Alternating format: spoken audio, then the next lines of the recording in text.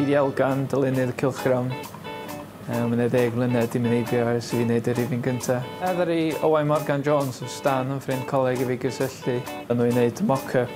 Felly fi oedd hi, oedd o'n mock-up ar gyfer wneud cais grant cyngor llyfrau. A dyna fi oedd hi, oedd wneud y cais a fydd o'n llwyddiannus a da ni yma hyd. Yn enw di Owain Sgefonau, fi di uwch olygydd cylchgrawn Selar erbyn hyn.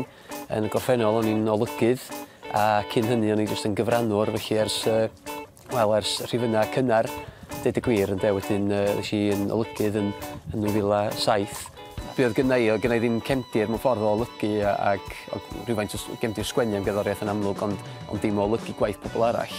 Felly, jyst y diddordeb a'r brwdrydedd am y sîn mewn ffordd oedd yn gwneud i'n olygydd addas ar y pryd. Dwi'n meddwl na Owain Sgefonau oedd un o'r pobl mwyaf laid back ynglyn â deadlines a ballu. Os rhywbeth, fo oedd yn slo yn ateb yn ebus ni pan ni'n gyrru yn adolygiadau. Yn coleg o'n i'n byw efo gwion brawd Owain. I holi os o'n i'n cael cyfrannu lle a wneud chydig o adolygiadau. A wedyn, ar ôl hynny, nes i symud ymlaen i wneud cyfweliadau. Dwi'n meddwl na hwn oedd yr un cyntaf nes i'r un derwyddon. Hwn adag Steddfod Bala yn 2009. O'n i'n awyddus i fynd ar ôl elfennau gwahanol o'r sîn, nid jyst y gerddoriaeth. Felly pethau fel o glawr i glawr oedd yn edrych ar waith dylunio cloria ac yn y blaen, pethau fel IB wedyn, lle mae rhywun yn edrych ar hanes y sîn.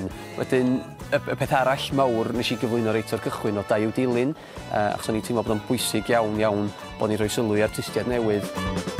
Bellach, mae yna 40 rhifin wedi'i argraffu a cannoedd o fandiau ag artistiaid wedi ymddangos rhwng y tudalennau.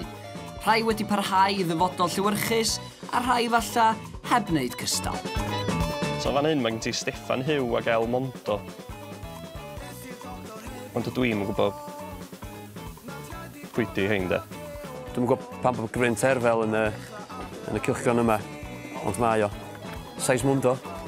Dwi'n sylwi ar un arall diddorol fama. Yn dilyn brwydr y bandia, Sian Miriam. Be bynnag ddigwyddodd i fi hi, de.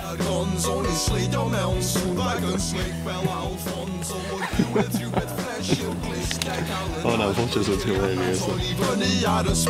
Mae pobl yn cyhyddo ni o fod yn rhy neis a falle. Mae'n siŵr bod yna wbath yn nghefn ym mhen i sydd eisiau gwythio'n erbyn hynny.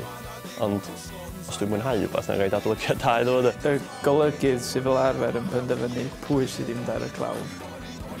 Wedyn mae o fyny fi wedi'n gysylltu efo ffotograffwyr a trafod syniadau efo nhw ynglyn â beth sy'n ni'n licio weld ar y clawr. Fi yw Betsan a fi yw ffotograffydd Selar yn y de. Fi'n credu taw'r un sy'n sefyll mas fwyaf yw'r siwt nes i gyda bromas. Mae hwn di un o'n hoff gloria i, efo Hyw M ar y clawr, a mae'r llun wedi cael ei dynnu ar ben Constitution Hill yn Aberystwyth. Da ni'n mynd i dathlu penblwydd y Selar 10 oed mewn sawl ffurf. Yn gyntaf, da ni'n mynd i trefnu cyfres o gigs i ddathlu'r penblwydd. Da ni'n mynd i fod yn coeddi rhifin arbennig o Selar, wrth gwrs, yn yr amser yna i nodi'r achlysur. Da ni hefyd yn gobeithio roi'r ôl o'r rhifynnau, rhai sydd ddim ar y we ar hyn o bryd, i gyd ar y we o gwmpas cyfnod y penblwydd. Yn ola, da ni hefyd yn mynd i lansio clwb sengler Selar, lle da ni'n gobeithio rhyddhau sengl newydd yn fisol gan artist newydd, a wedyn gobeithio fydd yna rhyw label yn dod i mewn ac yn rhyddhau EP neu album gynnyn nhw yn y dyfodol.